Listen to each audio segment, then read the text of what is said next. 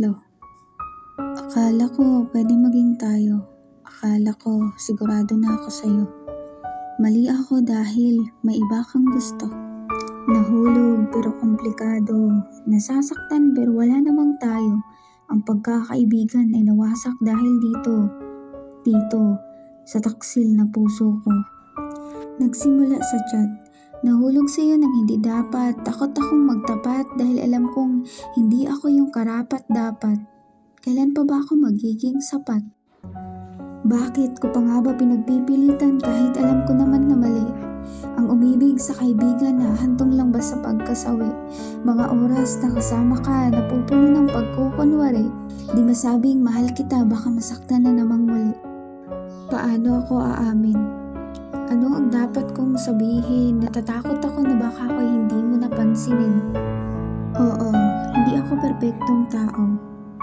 Sino ba naman ako, diba? Para piliin mo.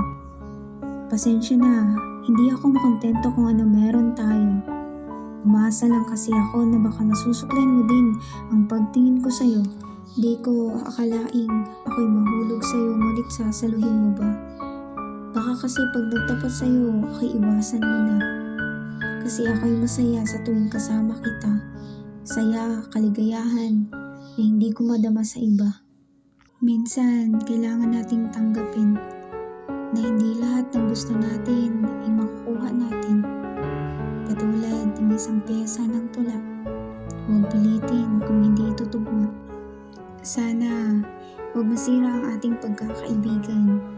Di ko sinadya na mahulog sa iyo ng tuluyan. Pasensya kung naging plastic man ako minsan.